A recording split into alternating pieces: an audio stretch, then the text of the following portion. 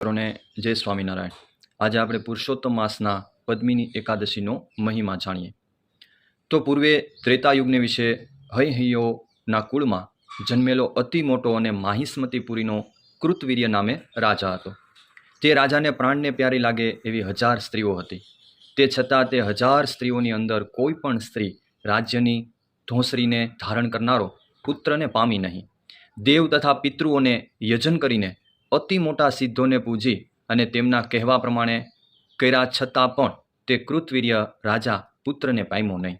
તેથી જેમ ભૂખ્યાને ભોગ સુખ દેનારા થતા નથી, તેમ તે રાજાને પુત્ર વગર રાજ્ય પણ સુખ દેનારું થયું નહીં। અર્થાત કૃતવીર્ય રાજા પુત્ર વગર રાજની સુખ પામ્યો નહીં। એથી એ કૃતવીર્ય રાજાએ ચિત્તને વિશે વિચાર કરી અને તપ કરવાનું મન કર્યું, કારણ કે તપથી જ સદા મનની ઈચ્છેલી વસ્તુ પ્રાપ્ત થાય છે।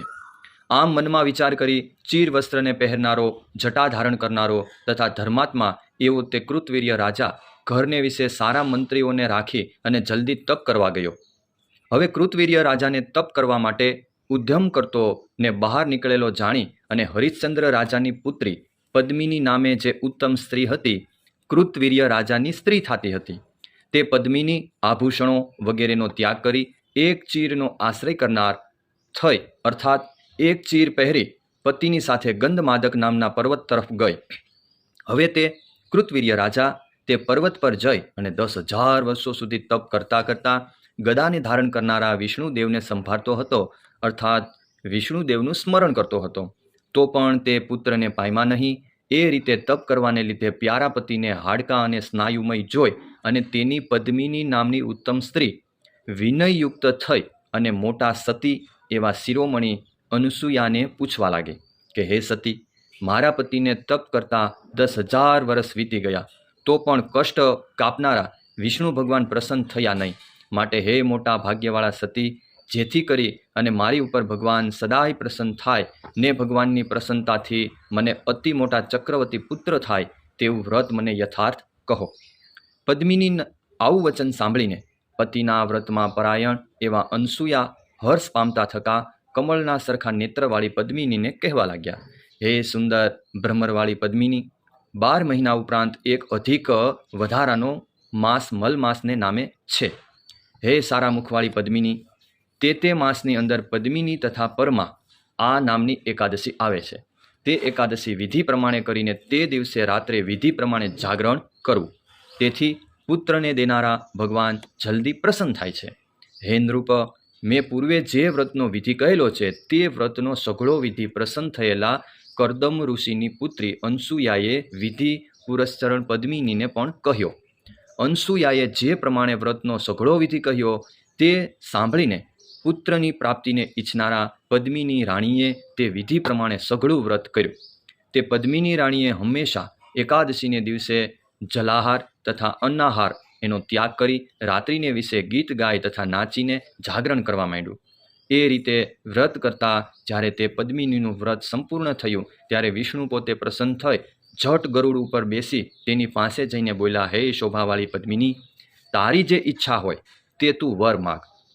જગત જેનું ધ્યાન ધરે છે એવા તે વિષ્ણુનું આવી રીતનું વચન સાંભળી સુંદર મંદ હાસ્યવાળી તે પદ્મિની માગવા લાગી કે આજે મારા ધણીને અતિ મોટું જે ઈચ્છેલું છે તે આપો। એવી રીતનું પદ્મિનીનું વચન સાંભળી વિષ્ણુ ભગવાન બોલ્યા, હે પદ્મિની, મારી પ્રીતિને આપનારો જેવો મલમાસ છે તેના જેવો બીજો કોઈ પણ માસ નથી।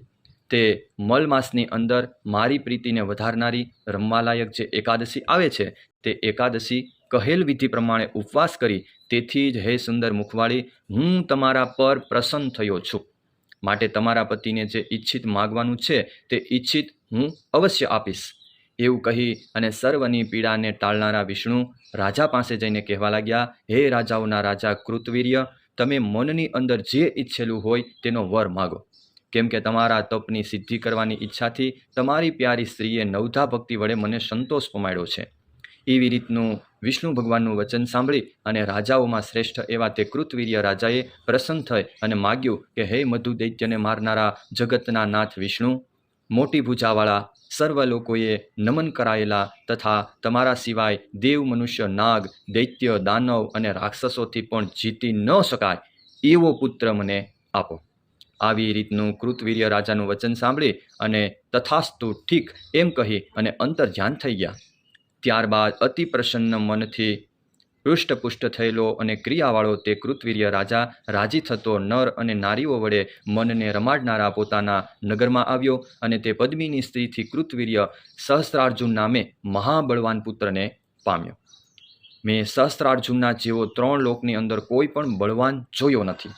આ કારણને લીધે જે 10 મસ્તકવાળો રાવણ દશાનન પણ યુદ્ધની અંદર તે સહસ્ત્રાર્જુનથી હારી ગયો હતો.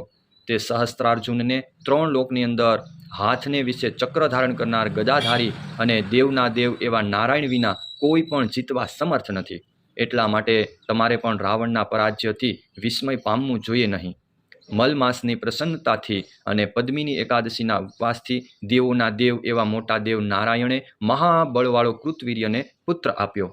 આ રીતે નારદજીને આખ્યાન કહી પુલત્સ્ય ઋષિની પ્રસન્ન અંતઃકરણ વડે નારદજી પાસેથી સીધાવ્યા. શ્રી કૃષ્ણ બોલ્યા, હે પાપથી રહિત યુધિષ્ઠિર રાજા, તમે મને પૂછ્યું તે સઘળું મેં તમને કહ્યું. જે માણસો મલમાસની શુક્લ પક્ષની એકાદશીનું ઉત્તમ વ્રત કરશે તે માણસો શ્રીહરિના વિષ્ણુના પદને પામશે. હે રાજાઓના રાજા યુધિષ્ઠિર રાજા, તમે પણ જો ઈચ્છિત ફળને ઈચ્છતા હોય તો આ પ્રમાણે આ મળ માસની એકાદશીનું વ્રત કરો.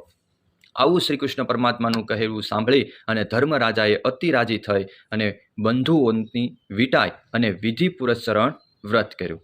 સર્વે ભક્તોને મારા જય સ્વામિનારાયણ. અસ્તુ.